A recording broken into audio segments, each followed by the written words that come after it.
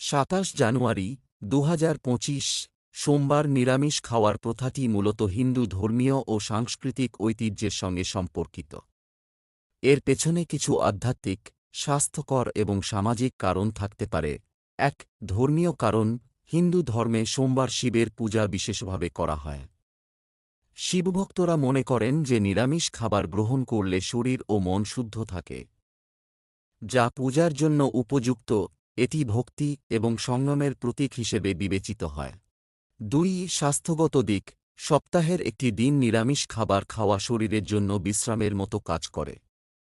এটি ব্যবস্থার ওপর চাপ কমাতে সাহায্য করে এবং নিরামিষ খাবারে থাকা ফাইবার, ভিটামিন এবং মিনারেল শরীরের জন্য উপকারী। 3. সংযম এবং নিয়ন্ত্রণ। নিরামিষ খাওয়ার মাধ্যমে মানুষ তাদের ইন্দ্রিয়ের ওপর নিয়ন্ত্রণের অনুশীলন করতে পারে। এটি মন এবং শরীরকে শুদ্ধ ও শান্ত রাখতে সাহায্য করে।